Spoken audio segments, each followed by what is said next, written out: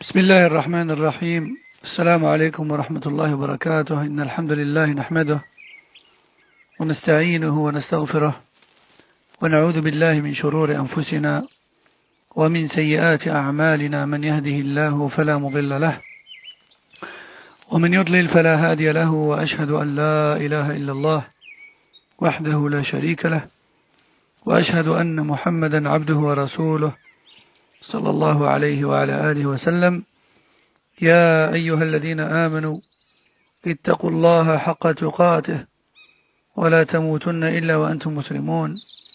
يا أيها الناس اتقوا ربكم الذي خلقكم من نفس واحدة وخلق منها زوجها وبث منهما رجالا كثيرا ونساء، واتقوا الله الذي تساءلون به والأرحام إن الله كان عليكم رقيبا. يا أيها الذين آمنوا اتقوا الله وقولوا قولا سديدا يصلح لكم أعمالكم ويغفر لكم ذنوبكم، ومن يطع الله ورسوله فقد فاز فوزا عظيما. أما بعد، فإن أصدق الحديث كتاب الله، وخير الهدي هدي محمد صلى الله عليه وسلم، وشر الأمور محدثاتها، وكل محدثة بدعة، وكل بدعة ضلالة، وكل ضلالة في النار. أما بعد،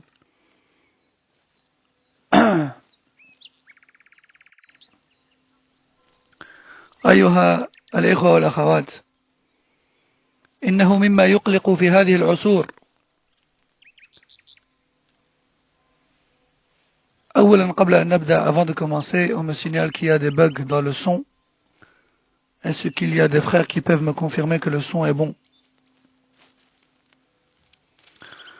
طيب، أقول مما يقلق في هذه العصور أن هناك من الناس من تساهل في نسبة الناس إلى السلفية، حتى سمعنا من يقول إن الجماعات اليوم كلها سلفية، وقابلهم أناس آخرون ممن قل علمهم فتساهلوا في إخراج من ثبتت سلفيته من السلفية بما لم يعتبره العلماء مخرجا من السلفية. Nous sommes à une époque où il y a beaucoup de choses inquiétantes au sein de la communauté. Et parmi ces choses inquiétantes, ou parmi ces fléaux inquiétants, il y a l'existence de certaines personnes qui prennent la voie des pieux prédécesseurs à la légère et qui affilient à celle-ci facilement n'importe qui, au point où nous avons entendu, où nous avons l'habitude d'entendre que la majorité des mouvements et des groupes dits islamiques sont salafistes. À l'autre extrémité, nous avons d'autres personnes qui, eux, de par leur ignorance, ont facile à faire le contraire, c'est-à-dire à éjecter de la salafiyya celui ou celle dont la salafiyya est confirmée. Et ce, par des arguments et des choses qui ne sont pas considérés chez l'ulama comme faisant sortir de la salafiyya.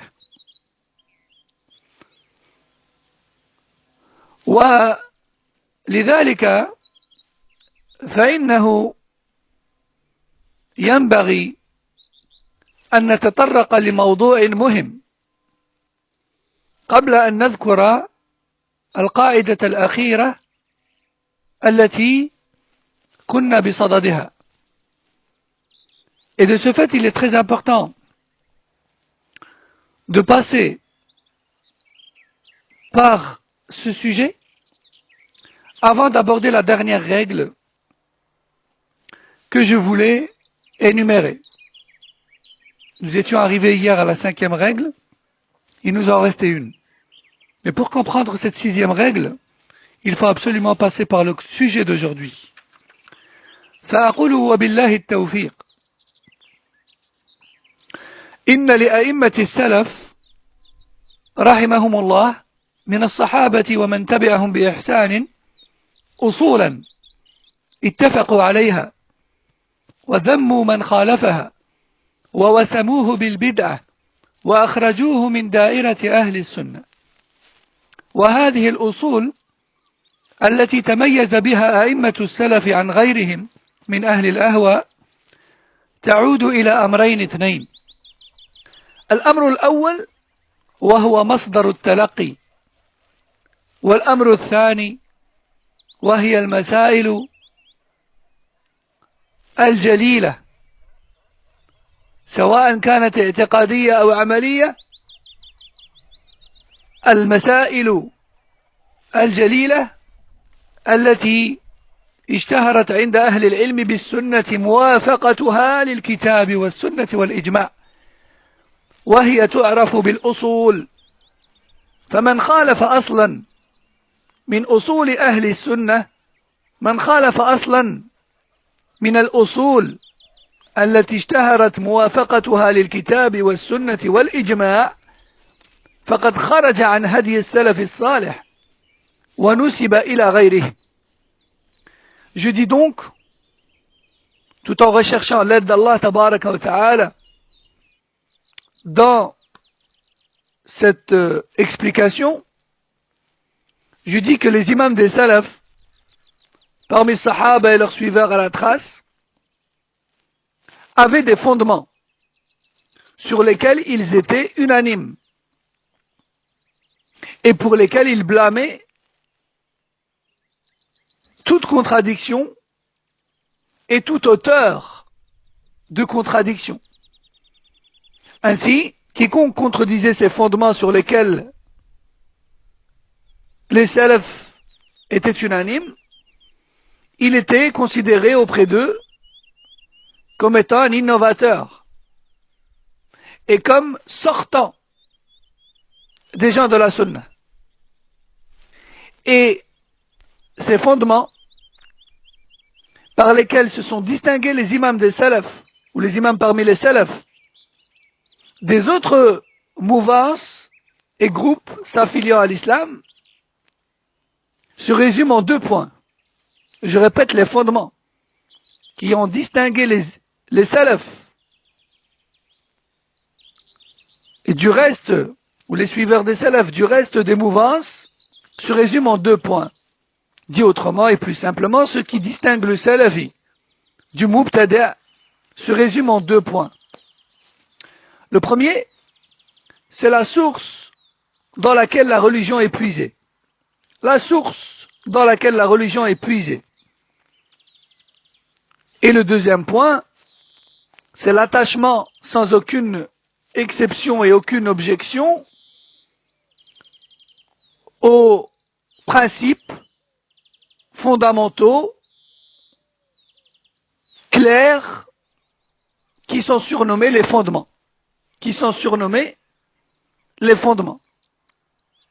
Alors, ces fondements, je répète, c'est quoi? Ce sont les sujets religieux ou les verdicts religieux dont la conformité au Coran et la Sunna et le consensus des premiers est si connu et si célèbre et si évident et si évidente que aucune personne qui s'intéresse à la science n'ignore. Et ces sujets qui sont les fondements des gens de la Sunna peuvent être des sujets de l'ordre de la croyance ou encore de la pratique. Car beaucoup de gens croient que, beaucoup de salafiyoun croient que il n'y a que la aqidah, que des points de croyance et de dogme qui différencient un salafi d'un mubtada'. C'est faux. Ce qui différencie le salafi du mubtada', ce sont les fondements. Et il y a des sujets qui font partie des fondements qui ne sont pas à la base du domaine de la croyance. Donnons un exemple. L'interdiction formelle de se révolter et de se soulever contre un gouverneur musulman. À la base, c'est un sujet qui est dans les livres de la jurisprudence, de la gouvernance, chapitre de la gouvernance. Donnons un autre exemple. l'autorisation d'effleurer les chaussons pendant les ablutions, si on les a enfilés en état d'ablution, à la base. Ces deux sujets-là ne font pas partie du domaine de la croyance à la base, mais ils font partie des fondements. Car les trois premières générations étaient unanimes là-dessus, au point où ces deux points-là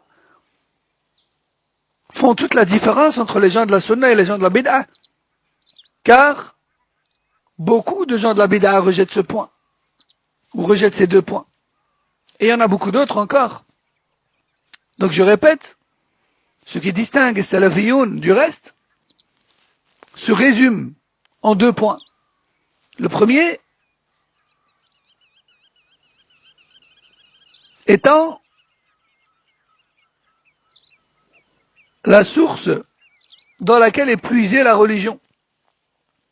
Le deuxième étant la considération et la prise pour conviction des fondements des gens de la sunna. Et c'est quoi un fondement des gens de la sunna? Un fondement des gens de la sunna, c'est tout sujet dont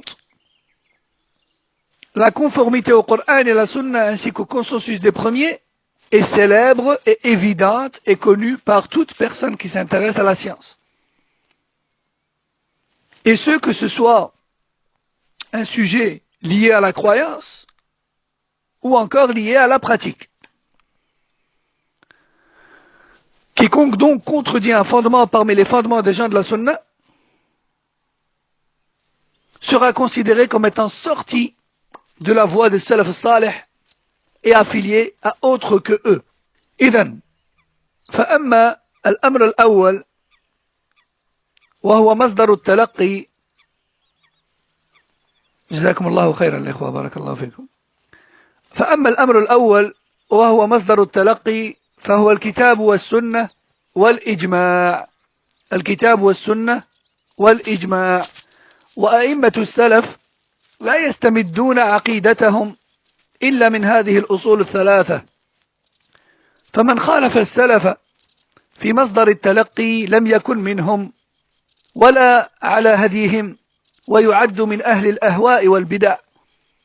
وذلك أن أهل البدع يجعلون اعتمادهم في الحقيقة على غير هذا الأصل وإنما على عقولهم وآرائهم وأذواقهم. ثم بعد ذلك إذا رأوا دلالة الكتاب والسنة والإجماع توافق ما ذهبوا إليه استأنسوا بذلك وإلا لم يبالوا بها. ولهذا كان هذا الأصل حقيقة هو الفيصل بين أهل السنة والجماعة وبين غيرهم من أهل البدعة والفرقة. Quant au premier point qui est la source dans laquelle nous puisons notre religion, à savoir le livre d'Allah et la sunna du messager d'Allah sallallahu alayhi wa sallam, ainsi que l'unanimité des salafs, eh bien, cela signifie que les suiveurs ou les gens de la sunna, depuis l'époque des salafs jusqu'à aujourd'hui, ne puisent leur croyance que dans ces trois sources-là.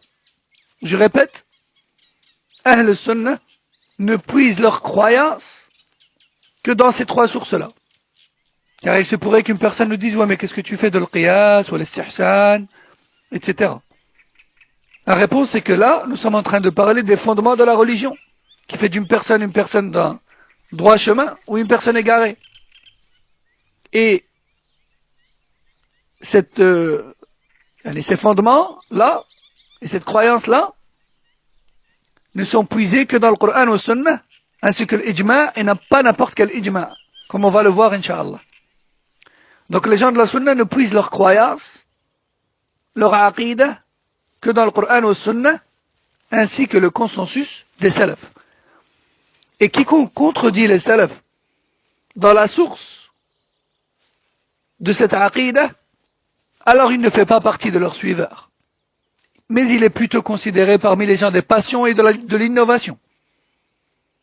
Ceci car les gens de la bid'a, en réalité, comme on l'a déjà dit, ils ne s'appuient pas sur ces sources-là en religion.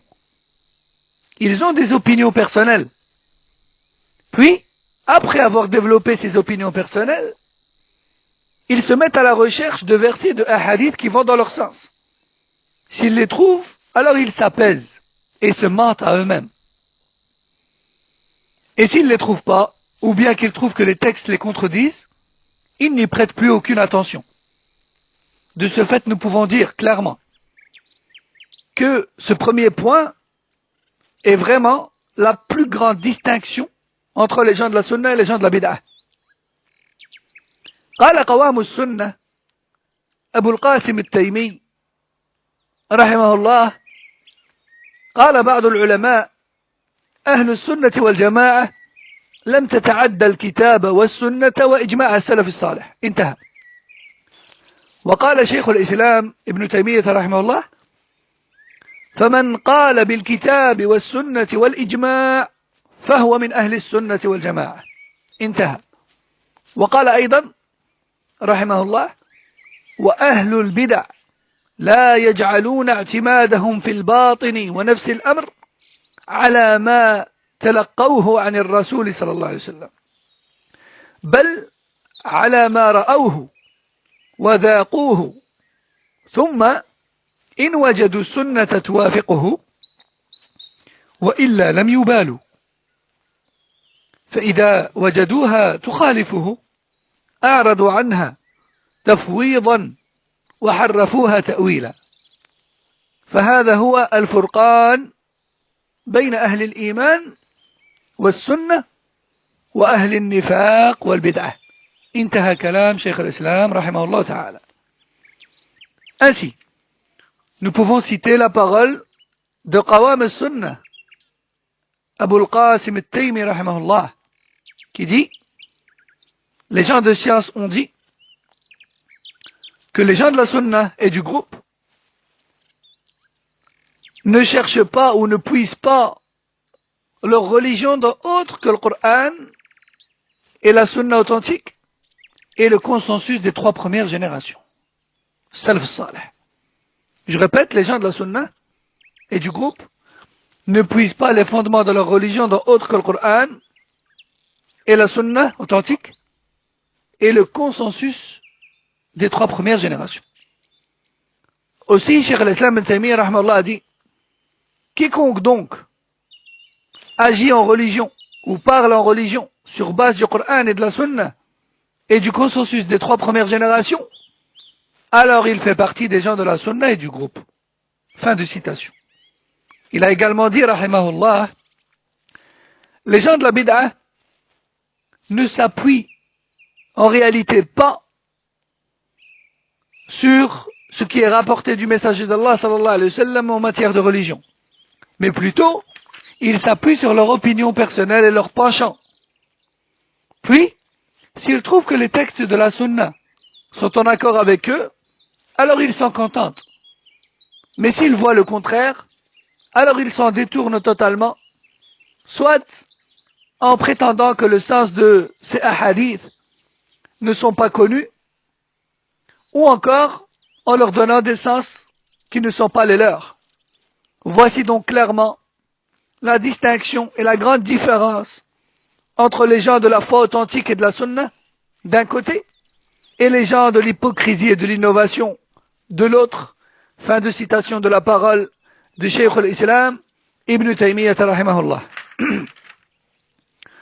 ومن الجدير بالذكر هنا أن نذكر أن المراد بالإجماع هو ما كان عليه أصحاب القرون الثلاثة المفضلة من الصحابة والتابعين وتابع التابعين إذ إجماعهم هو المنضبط وفهمهم هو المعتبر والإجماع هو الأصل الثالث الذي يعتمد عليه في العلم والدين وأهل السنة السلفيون يزنون بهذه الأصول الثلاثة جميع ما عليه الناس من أقوال وأعمال باطنة أو ظاهرة مما له تعلق بالدين والإجماع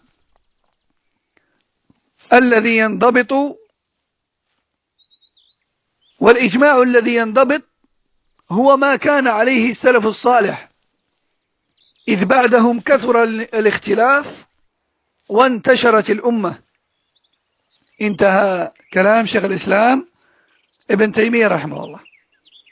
Puis ensuite, Cheikh l'Islam ibn Taymiyyah rahimahullah a également dit, et ce qu'il est important de savoir, c'est que lorsque nous disons que le fondement qui différencie les salafiyoun du reste doivent être puisés dans le Coran ou le Sunna et le consensus, il est important de savoir que ce consensus-là, ce n'est pas n'importe lequel. C'est le consensus des 3 premières générations de l'islam qui sont les meilleures, et concernant lesquelles le prophète sallallahu alayhi wa sallam a dit, les meilleurs des gens sont ceux de ma génération, puis celle qui les suit, puis celle qui les suit. Donc, as-sahaba, à qui j'ai enseigné, puis leurs élèves tabi'un, puis les élèves de leurs élèves, atba' at-tabi'in. Car leur consensus, c'est le plus infaillible. Et leur compréhension de la religion et des textes, c'est la plus complète et la plus parfaite et la plus exacte. Et cette 3e source, qui est le consensus, c'est la 3e source de l'islam. C'est la 3e source de l'islam. Et les gens de la sunna salafiyoun analysent les actes et les paroles et les personnes avec ces 3 sources-là. Les gens de la sunna salafiyoun pèsent les personnes et les paroles et leurs paroles et leurs actes dans la balance de ces 3 sources-là, le Coran ou le Sunna et le ijma' des premiers. Toute parole et acte, ainsi que leurs auteurs, est pesée dans cette balance, qui est la balance du Coran et de la Sunna, et de tout ce sur quoi les 3 premières générations ont été unanimes sans divergence. Si la personne et ses paroles et ses actes sont conformes, tout va bien, alhamdulillah, elle rentre dans le moule, elle fait partie des suiveurs des gens de la vérité. Mais si elle contredit une seule de ces 3 sources-là, alors, cette personne est en danger. Mais comment se comporter avec cette personne? Ça, c'est justement le but final, et ça, c'est justement le sujet de demain, Inch'Allah ta'ala. Pour le moment, restant dans le théorique, qu'est-ce qui fait de toi un salafi, une salafiyya?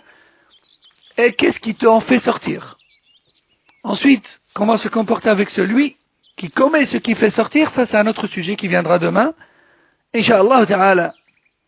Donc, c'est pour cette raison que les imams parmi les salafs ont répété infiniment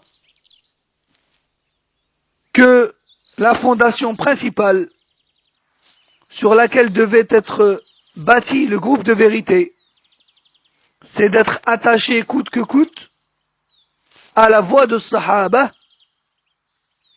ainsi que ceux qui ont appris de eux, parmi tabi'in ou atba' tabi'in, et que quiconque ne prend pas d'eux les fondations de sa religion s'égarera et innovera. Quiconque ne prend pas de sahaba ou tabi'in ou atba' tabi'in les fondations de sa religion, al-usul, alors il s'égarera et innovera. هذا فيما يخص الأمر الأول وهو مصدر التلقي وهو أول ما يميز أهل السنة عن أهل البدعة. Donc ça concernait le premier point.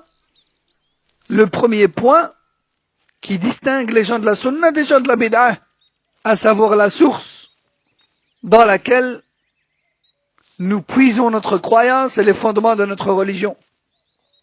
وأما الأمر الثاني فهي المسائل الاعتقادية أو العملية الجلية التي اشتهرت عند أهل العلم بالسنة موافقتها للكتاب والسنة والإجماع، وهي تعرف بالأصول.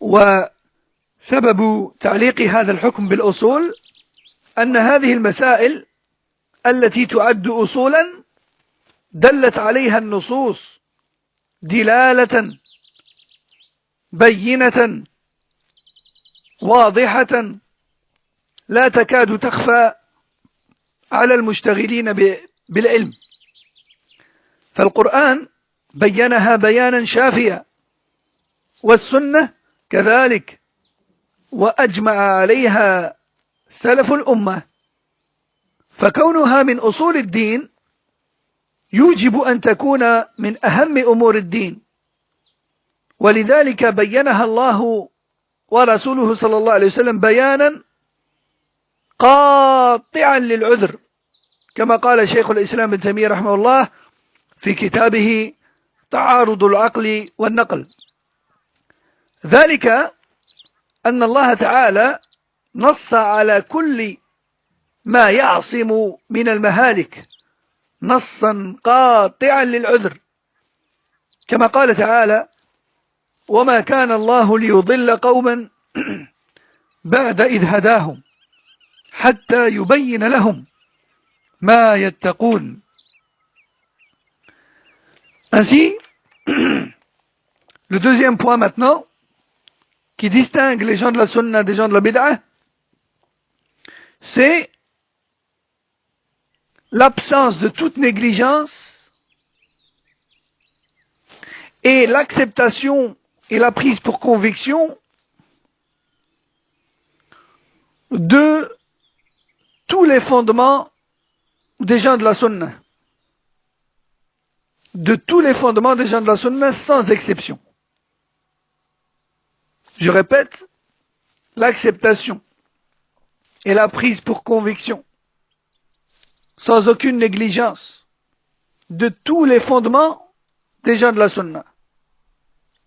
Une question se pose. Qu'est-ce que les fondements des gens de la sunna? Et où les trouver? Les fondements des gens de la sunna, c'est tous les sujets religieux dits clairs. Les sujets religieux que l'on considère comme étant clairs. C'est quoi les sujets religieux clairs? C'est les sujets dont la conformité au Coran ou au Sunna ou à l'Ijma' est célèbre et connue de toute personne qui s'intéresse à la science. Et que ces sujets soient du domaine de la croyance ou de la pratique. C'est ça les fondements des gens de la Sunna. Car les salaf, c'est-à-dire Sahaba ou Tabi'in ou Atba' Tabi'in, ont été unanimes sur beaucoup de choses. Et ces choses-là, c'est les choses dans lesquelles ils n'avaient aucune intransigeance. Pourquoi? Car Tabi'in n'avait aucune intransigeance. Pourquoi? Car Sahaba n'avait aucune intransigeance. Pourquoi? Car Allah et son messager n'ont eu dessus aucune intransigeance. Ces sujets-là sont considérés comme les fondements et l'attachement à ceux-ci est considéré comme la guidée et la salafiyya, et la contradiction d'une seule ou d'un seul de ces fondements est considéré comme étant une bid'ah et un égarement. Pourquoi? Car chaque sujet parmi ces sujets-là ont été clarifiés par Allah dans le Coran et par le prophète sallallahu alayhi wa sallam dans le Sunna d'une manière si claire que nul n'a plus aucune excuse parmi quiconque s'intéresse à la science. Nul n'a d'excuses et d'arguments avancés. Car Allah tabaraka wa ta'ala et son messager sallallahu alayhi wa sallam ont tellement insisté dessus que les sahaba en ont déduit que l'application de ces fondements-là, c'est ce qui fait de toi un musulman bien guidé. Et que le rejet de ces fondements-là, c'est ce qui fait de toi un égaré. Le Coran ou le Sunna les ont clarifiés. Et on ne peut faire plus clair. Et en plus de cette clarification, les Sahaba ont été unanimes dessus.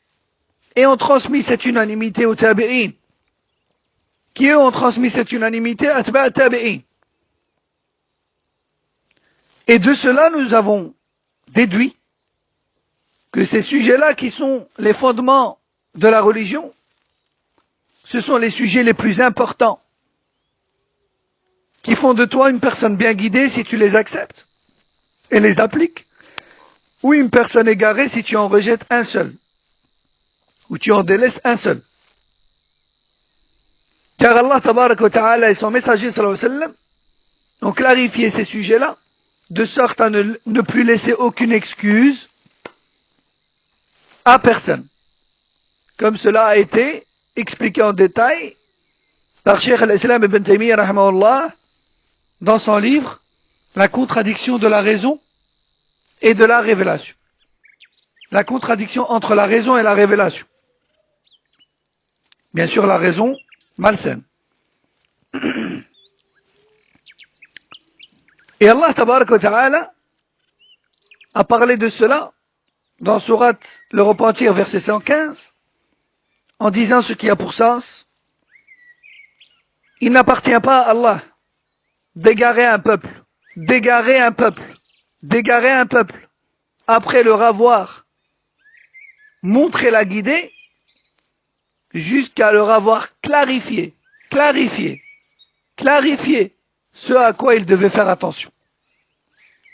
Donc Allah tabarak wa ta'ala ne te considère égaré en religion que si tu contredis ce sur quoi il a insisté et clarifié plus que tout. C'est ça que ça veut dire. وعلى هذا كله فإن البدعة التي يعد بها الرجل من أهل الأهواء هي ما اشتهر عند أهل العلم بالسنة مخالفتها للكتاب والسنة والإجماع، فمن وقع فيها فهو من أهل الابتداع. ومن أمثلة ذلك الإلحاد في أسماء الله وصفاته، والتكذيب بالقدر، وتجويز الخروج عن شريعة محمد صلى الله عليه وسلم، والغلو في الدين بأن ينزل البشر منزلة الإله، والخروج على أئمة المسلمين، وإنكار المسح على الخفين، إلى غير ذلك، كما ذكر ذلك شيخ الإسلام ابن تيمية رحمه الله في مجموع الفتاوى. وقال سفيان ابن عيينة رحمه الله: السنة 10، يعني ذكر أهم ما في السنة وليس كل الأصول طبعا. قال: السنة 10، فمن كن فيه فقد استكمل السنة، يعني فهو من أهل السنة المحضة، فهو كامل في السنة. ومن ترك شيئا منها فقد ترك السنة، يعني خرج من أهل السنة. قال: إثبات القدر، وتقديم أبي بكر وعمر، والحوض، والشفاعة، والميزان، والصراط، والإيمان قول وعمل، والقرآن كلام الله، وعذاب القبر، والبعث يوم القيامة، إلى آخره. انتهى. Ainsi, la conclusion de cela, c'est quoi? C'est que toute bid'a ne fait pas forcément sortir une personne de la salafiyya. Toute bid'a ne fait pas forcément sortir une personne de la salafiyya. La bid'a qui fait sortir la personne de la salafiyya vers l'un des mouvements de bid'a, vers l'un des groupes et des sectes de bid'a, c'est la contradiction d'un sujet dont la conformité au Coran et à la Sunna et au Ijma' des Salaf est connue de façon célèbre. Dit autrement et plus simplement, ce par quoi la personne devient mubtada' et non plus salafi,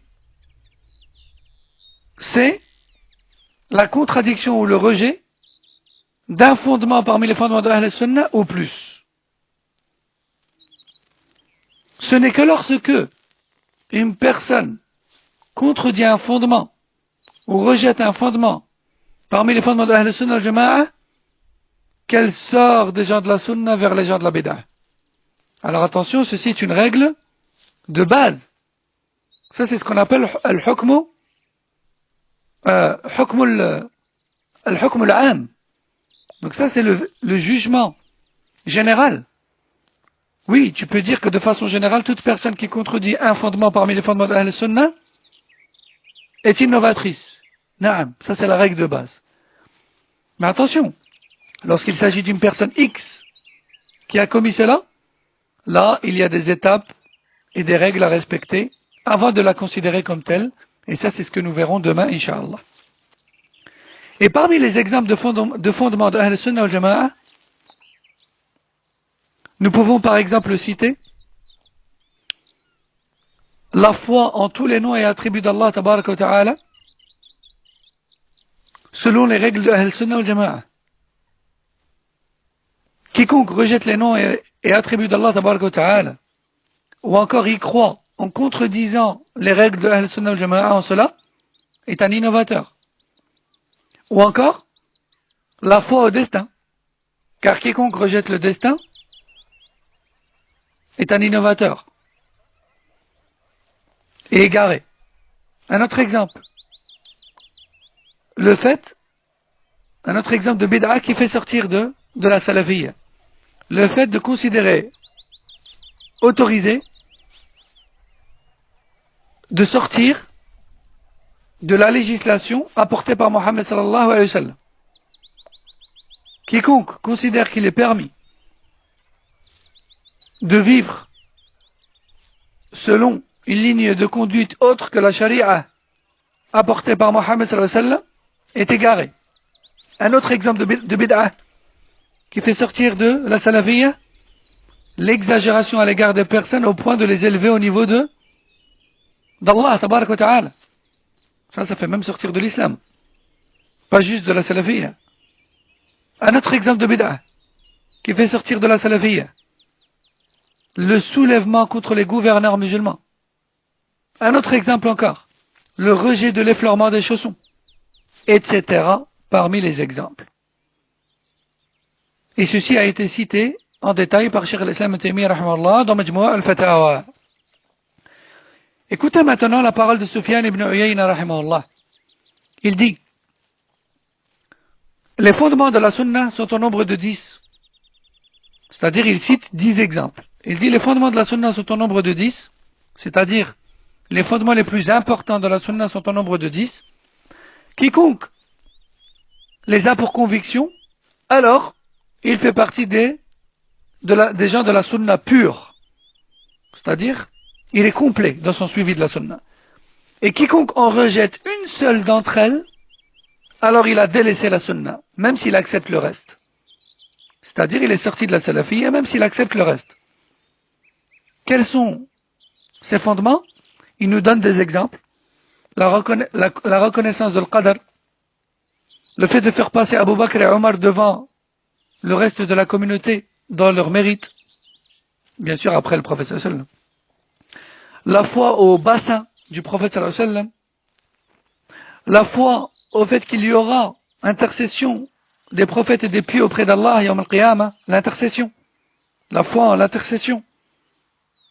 Aussi, la foi en la balance dans laquelle seront pesées les œuvres et les feuillets et les personnes yawm al-qiyamah. Aussi, la foi en Sirat, le pont dressé sur le feu de l'enfer. Aussi, le fait de croire que la foi se traduit à travers les actes et les paroles du cœur, et également les actes des membres et les paroles de la langue. Yani, le fait de croire que la foi c'est croyance avec le cœur, parole avec la langue et acte avec les membres. Ça fait partie des fondements. Celui qui dit par exemple que la foi c'est juste ce qu'il y a dans le cœur, ou encore ce qui est prononcé par la langue, mais pas forcément la pratique, celui-là, il a commis une bid'a. Il a contredit ce fondement, il est tombé dans un mouvement de bid'a. Quel est-il? Al-Murji'a. Car Al-Murji'a ne considère pas la pratique comme faisant partie de la foi. Parmi les bid'a qu'il faut sortir de la salafiyya également, parmi les fondements de la sunna qui font de toi un salafi ou une salafiyya, il y a le fait d'avoir la conviction que le Coran est véritablement la parole d'Allah et que ce n'est en rien une créature. Aussi, parmi les fondements de la sunna qui font de toi un salafi ou une salafiyya, il y a le fait de croire avec conviction qu'il y aura dans la tombe un châtiment ou un délice. Aussi, parmi les fondements de la sunna, le fait de croire en la résurrection, le jour de la rétribution, etc. Fin de citation de la parole de Sufyan ibn Uyayna. Alors, il se peut qu'une personne se demande où est-ce qu'on peut trouver tous ces fondements recueillis et rassemblés. La réponse, on trouve ces fondements dans les livres de la croyance des gens de la sunna du groupe. Exemple, Sharh Usul et I'tiqad Ahl Sunna wal Jama'a l'imam al-Lalaka'i. Les fondements de la croyance des gens de la sunna du groupe de l'imam al-Lalaka'i. Expliqué par beaucoup de nos ulama.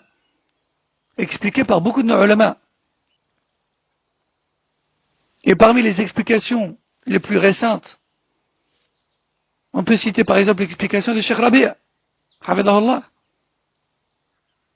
et d'autres encore. Ou aussi, Usul al-Sunnah de l'imam Ahmed, ou encore Sharh al-Sunnah de l'imam Barbahari, ou encore Al-Ibana d'Ibn Battah, ou encore Al-I'tisam de l'imam Shatibi, et d'autres livres encore. وقال الإمام ابن قتيبة رحمه الله تعالى أصحاب الحديث كلهم مجمعون على أن ما شاء الله كان وما لم يشأ لم يكن وعلى أنه خالق الخير والشر وعلى أن القرآن كلام الله غير مخلوق وعلى أن الله يرى يوم القيامة وعلى تقديم الشيخين وعلى الإيمان بعذاب القبر لا يختلفون في هذه الأصول ومن فارقهم فيها نابذوه وباغضوه وبدعوه وهجروه. انتهى.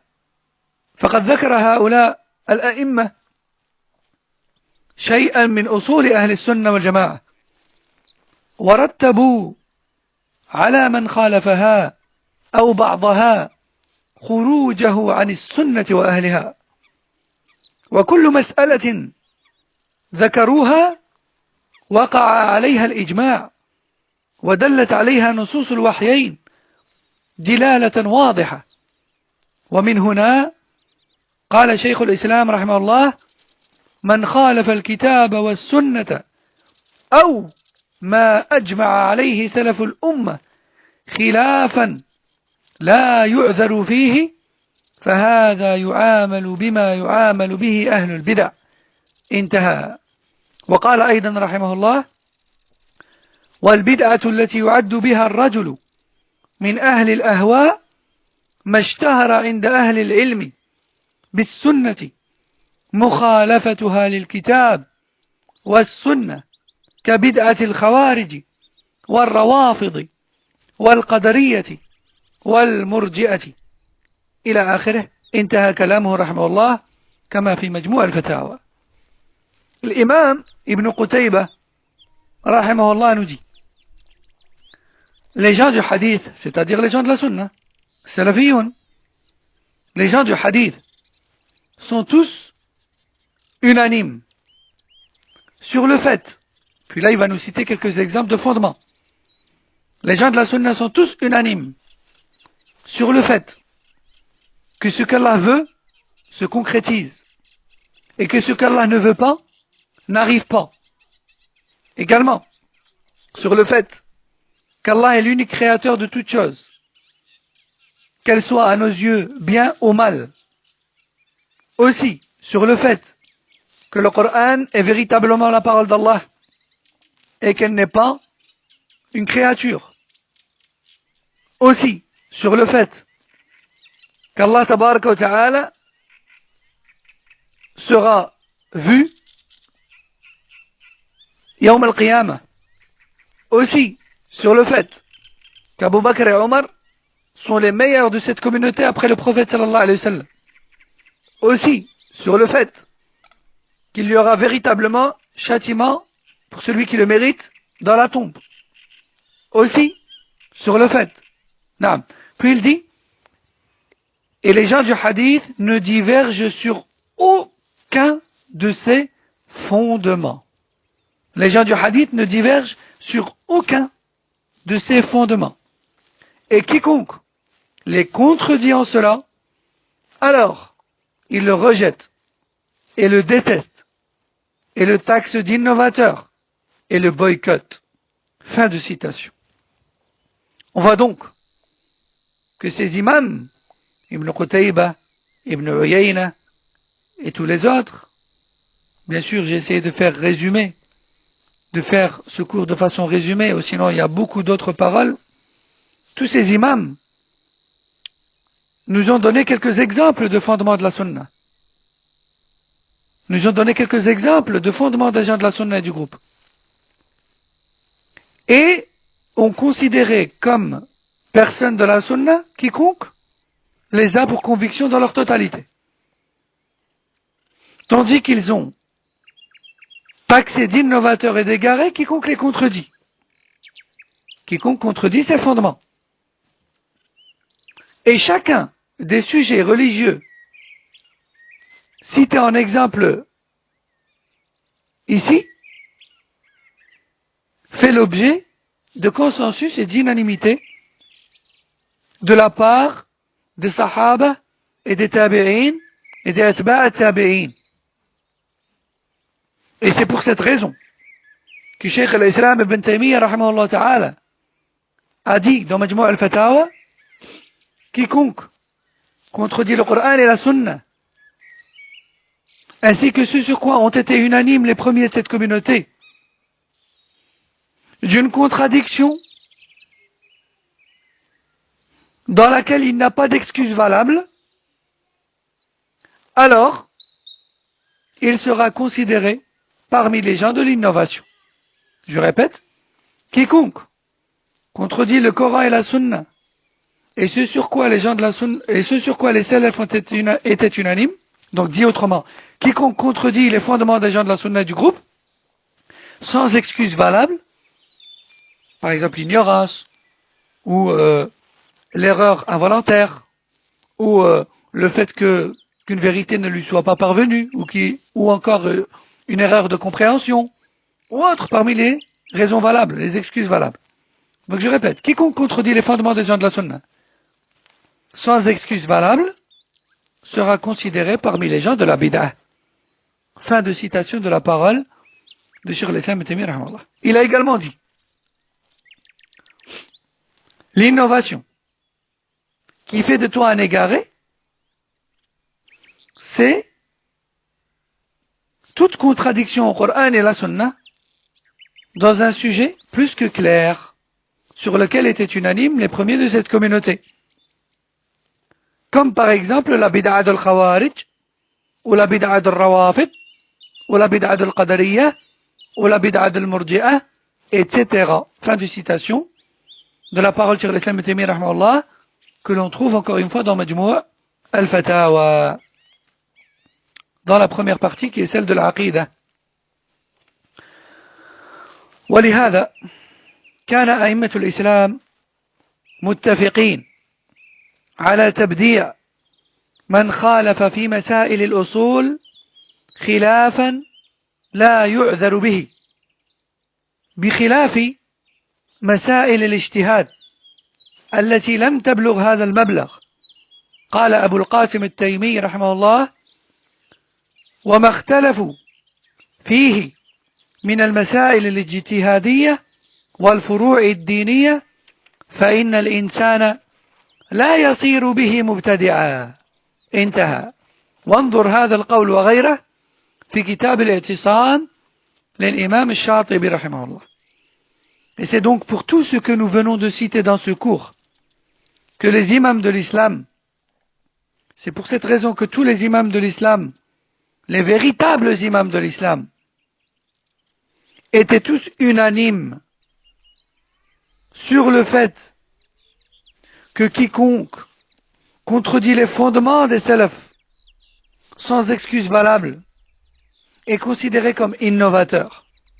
En revanche, toute personne qui choisit l'un ou l'autre avis dans un sujet à divergence, dans un sujet dans lequel les savants de l'islam ont toujours fait preuve d'efforts d'interprétation personnelle, les sujets de ijtihad, les sujets dans lesquels les salafs ont divergé et donc automatiquement également les khalaf. Toute personne qui opte pour l'un ou l'autre avis dans un sujet qui a toujours été un sujet à divergence, alors elle n'est en rien considérée comme innovatrice, même si elle a choisi un avis autre que le nôtre. Parce que les salafs ont divergé sur ces sujets-là. Et donc automatiquement nous aussi. Et si toi tu as choisi l'avis A, et ton frère ou ta sœur l'avis B, alors que les deux avis existaient tout autant chez les salafs, et que tu le traites ou tu la traites d'égaré à cause de cela, c'est comme si tu es en train de traiter d'égaré ton salaf.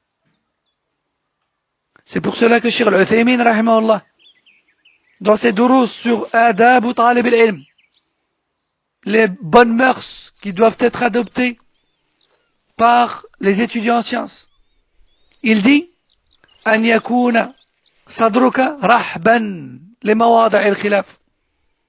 Fais en sorte à ce que ta poitrine soit large, de sorte à accepter, de sorte à être tolérant, dans les sujets à divergence.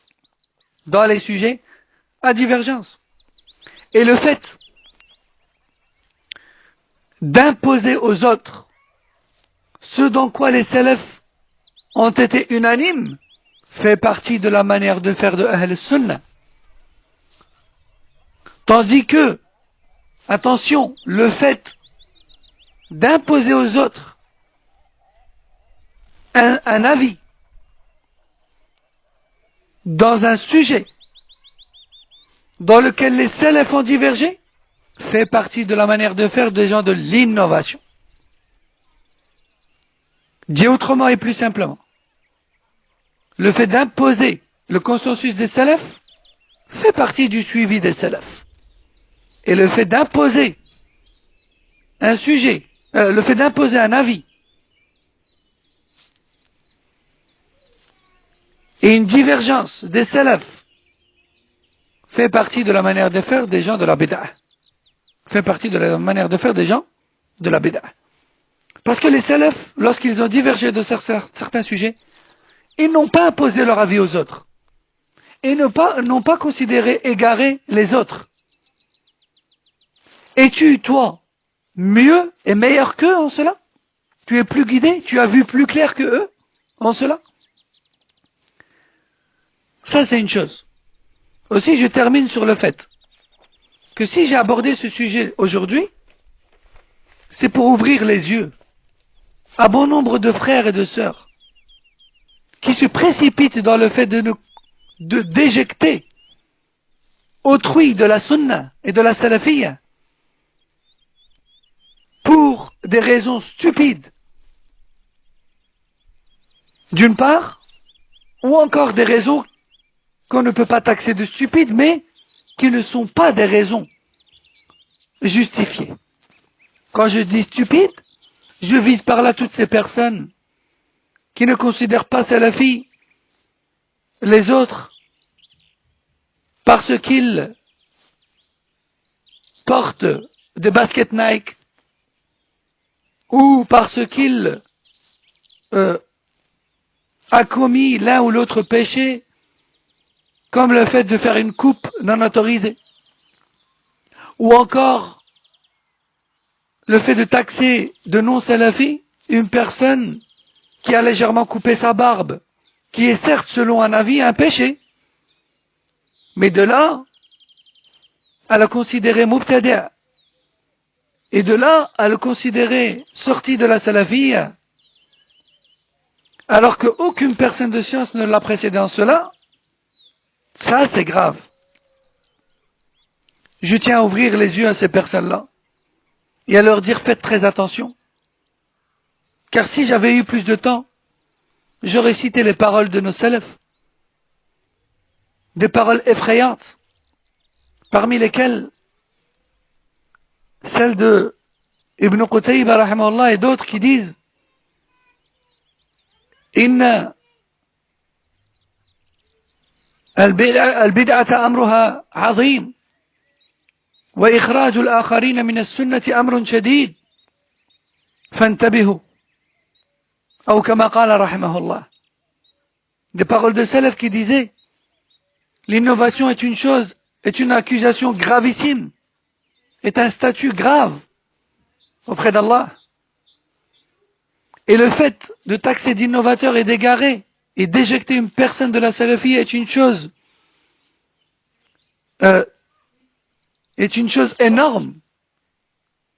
Réfléchissez donc à 2 fois avant de le faire et soyez sûr que votre parole et votre jugement est légitime, etc. parmi les paroles. Demain, Inch'Allah Ta'ala, on fera un dernier cours dans cette série pour l'instant, qui s'intitule quelques bases et quelques notions dans le manhaj salafi. Et puis ensuite, Inch'Allah, on passera aux jeunes, car le mois de Ramadan est proche. Walhamdulillah Rabbil Alamin. Allahumma ballighna Ramadan. Ce mois béni qui est censé être une occasion pour nous d'augmenter notre foi et de renforcer notre piété, notre crainte d'Allah. Qu'Allah tabaraka wa ta'ala nous fasse vivre ce mois avec beaucoup d'iman et beaucoup de piété et beaucoup d'obéissance et beaucoup de repentir et une bonne remise sur les rails avant la mort, Inch'Allah. Yani j'espère pour chacun d'entre nous une bonne remise sur les rails, Inch'Allah, et on ne dit pas Inch'Allah dans un dua, hein, je visais pas par là de dua bien sûr. هذا والله أعلم سبحانك اللهم وبحمدك أشهد أن لا إله إلا أنت وأستغفرك وأتوب إليك وصلى الله وسلم وبارك على نبينا محمد وعلى آله وصحبه أجمعين. Et à demain, Inch'Allah. Assalamu alaikum wa rahmatullahi wa barakatuh.